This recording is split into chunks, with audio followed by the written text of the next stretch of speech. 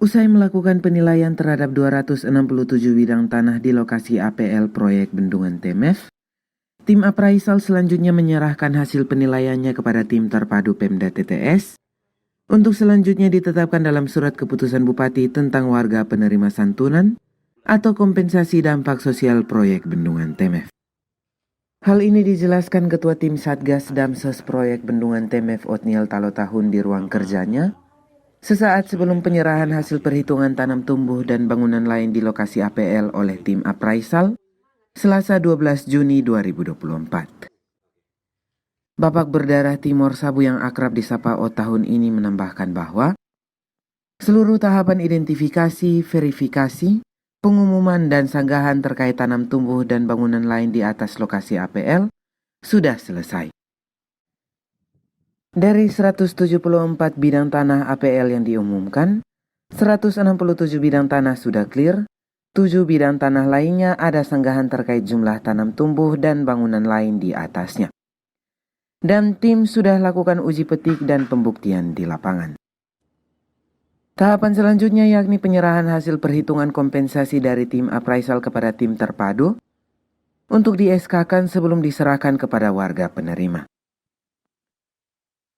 Hari ini itu akan dilakukan penyerahan dokumen hasil perhitungan oleh appraisal terkait dengan besarnya tanam tumbuh maupun dengan bangunan lainnya yang ada di atasnya. Jadi hari ini itu yang diserahkan duluan 167 bidang. Dan itu akan diserahkan oleh appraisal kepada Timdo untuk kami tindak lanjuti dengan penetapan daftar penerima. Kalau kemarin pengumuman itu calon, itu kita akan tindak lanjuti dengan penetapan calon penerima sekaligus dengan SK oleh Bupati tentang penerima santunan. Nah, selain 245 bidang ini, kami juga mempunyai tugas untuk melakukan identifikasi dan verifikasi dan validasi terhadap area terkonstruksi seluas kurang lebih 125 hektar dengan nomor petaknya ada 109. Nah, terhadap 109 ini tahapan kita sudah pada pengumuman.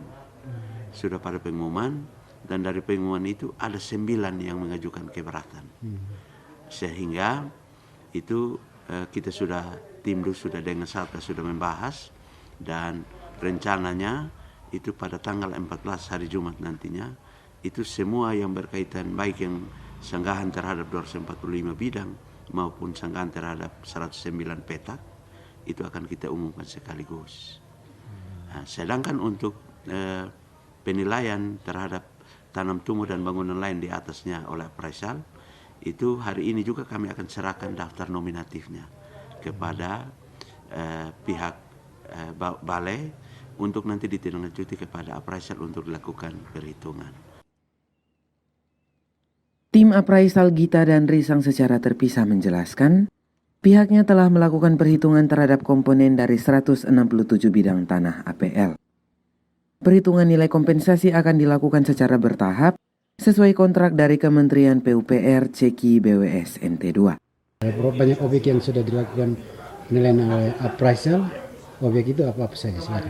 Ya, baik, terima kasih. Jadi pada prinsipnya kami bekerja berdasarkan perintah dari Kementerian PUPR BWS, kemudian ditetapkan oleh tim terpadu Pemkab TTS. Kami bekerja bertahap sesuai dengan daftar penerima santunan yang kami terima.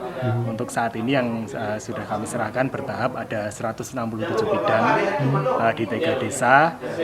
Kemudian untuk komponen-komponennya kami memberikan opini berupa nilai santunan sesuai dengan perintah daripada SPK yang ada. Sementara PPK pengadaan tanah proyek Bendungan TMF BWS NT2 Beni Malelak menambahkan, usai penyerahan hasil penilaian tim appraisal, ditindaklanjuti dengan SK Bupati terkait warga penerima kompensasi, maka pihaknya segera mengusulkan Kementerian PUPR dalam hal ini Kasatker Pengadaan Tanah Dirjen Sumber Daya Air di Jakarta.